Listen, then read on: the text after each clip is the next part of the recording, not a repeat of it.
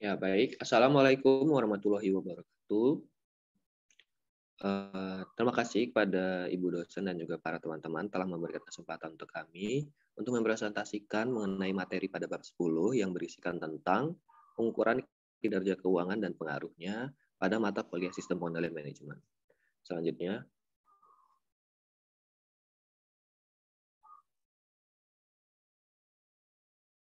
kami dari kelompok 2 berisikan anggota. Yang pertama, Dina Mariana. Selanjutnya saya sendiri, Alkidi Ridwan Roni. Selanjutnya Heri Dwi Agung Laksono. Dan terakhir adalah Farhan Zaki. Next.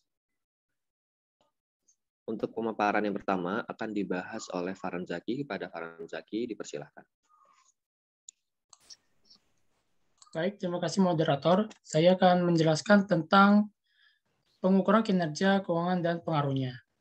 Jadi, tujuan utama organisasi berorientasi laba adalah untuk memaksimalkan nilai perusahaan dan juga nilai pemegang atau pemilik saham perusahaan. Ringkasan pengukuran itu merefleksikan pengumpulan atau pengaruh bottom line dari area kinerja, seperti laba akuntansi yang mencerminkan seluruh pengaruh dari pendapatan dan keputusan yang berhubungan dengan biaya. Ringkasan pengukuran itu terdiri dari 3 kategori, yaitu kategori pertama, yang berisi pengukuran pasar yang menggambarkan perubahan harga saham dan return pemegang saham. Kategori kedua itu berisi pengukuran akuntansi yang dapat didefinisikan sebagai residual dan rasio. Dan yang ketiga, kategori yang terdiri dari kombinasi pengukuran yang melibatkan pengukuran keuangan, pendapatan atau biaya, dan non-keuangan, yaitu pangsa pasar dan kepuasan konsumen.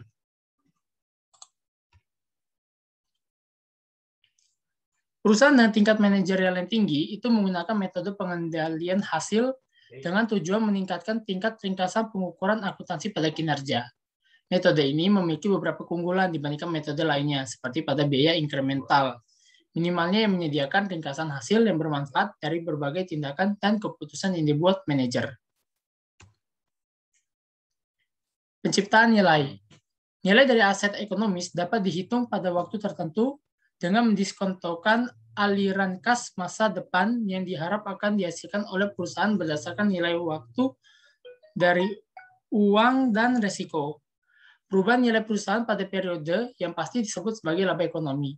Dan memaksimalkan laba ekonomi adalah upaya perusahaan untuk memaksimalkan nilai perusahaan. Sekian presentasi dari saya kembalikan kepada moderator. Baik, terima kasih atas pemaparannya, Pak Ranjaki. Untuk pemaparan selanjutnya mengenai kinerja tindakan pasar akan dipaparkan oleh Heri Dwi. Pada Heri, dipersilahkan.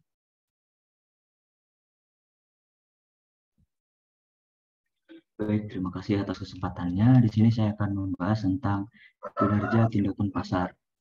Nah, untuk mengetahui nilai perubahan nilai adalah dengan menggunakan pengukuran pasar dari kinerja yang didasarkan pada perubahan nilai pasar perusahaan atau dividen juga diperhatikan pada return kepada para pemegang saham.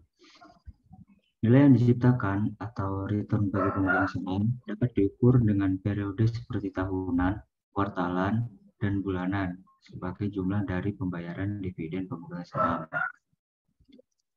Namun pengukuran pasar seperti ini mengalami keterbatasan, seperti pengukuran yang terkendala masalah pengendalian, yang umumnya dipengaruhi oleh manajer puncak yang memiliki kuasa untuk membuat keputusan.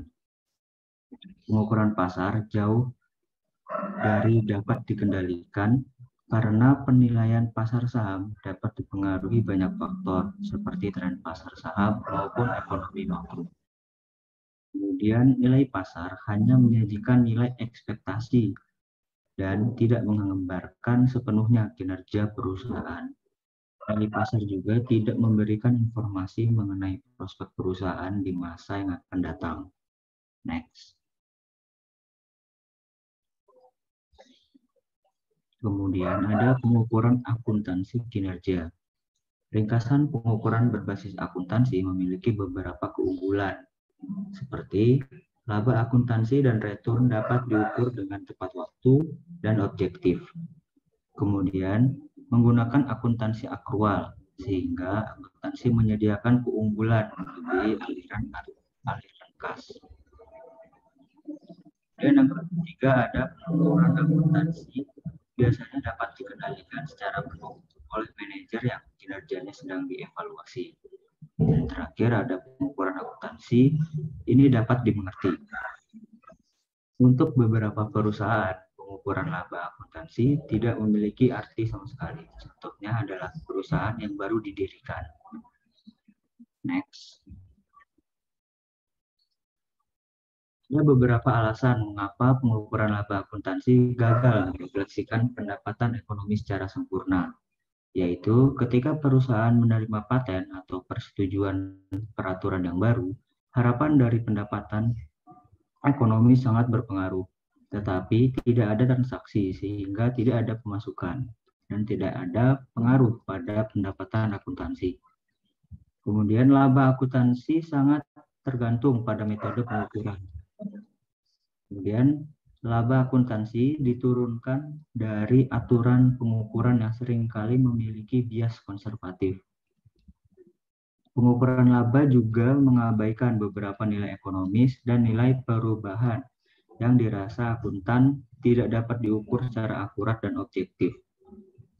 Laba sendiri juga merefleksikan biaya modal yang dipinjam, tetapi mengabaikan biaya dari modal ekuitas. Laba akuntansi juga mengabaikan risiko dan perubahan pada risiko, dan gambaran laba berfokus pada masa sebelumnya. Dan presentasi dari saya kembalikan ke moderator. Ya, selanjutnya pemaparan akan dibacakan oleh Dina Mardana. Kepada Dina, dipersilakan. Baik, terima kasih Saudara Alkin. Saya akan menjelaskan mengenai materi pengukuran kinerja. Jadi secara ringkas, kegagalan utama dari pengukuran akuntansi pada kinerja itu adalah terletak dalam hal kesesuaian kriteria evaluasi.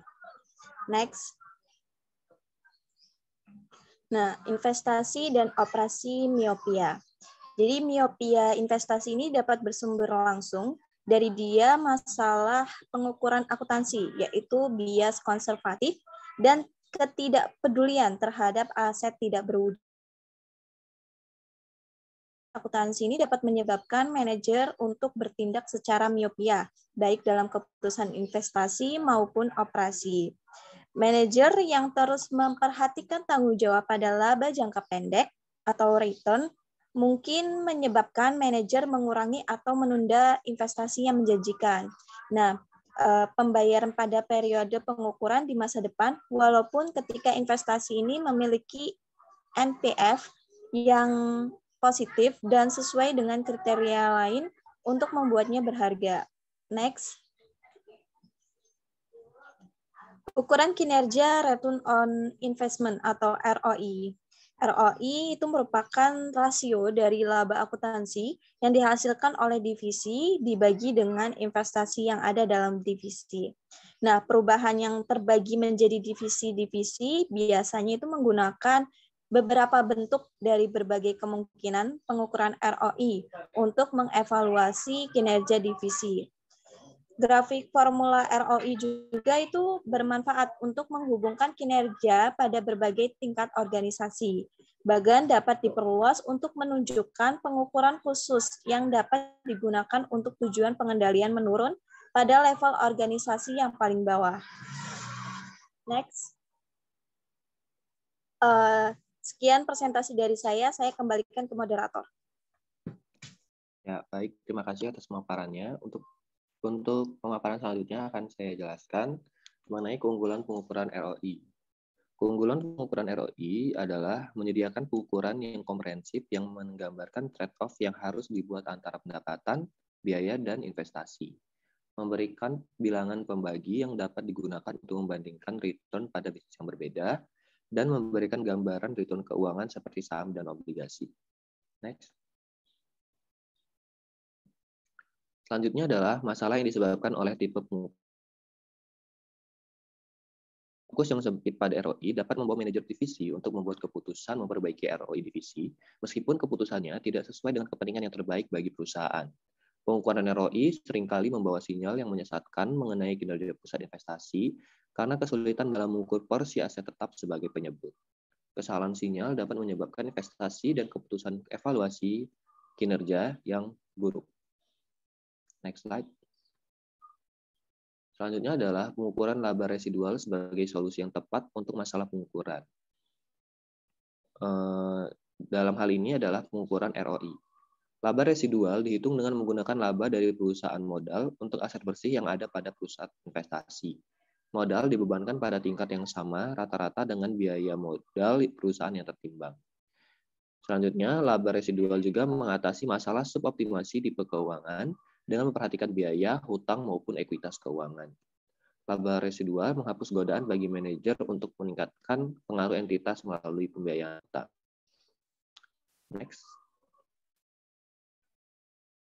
Ya, baik. Terima kasih atas perhatian dari teman-teman semua. Sekian pemaparan materi dari kelompok kami. Kami tutup. Wassalamualaikum warahmatullahi wabarakatuh.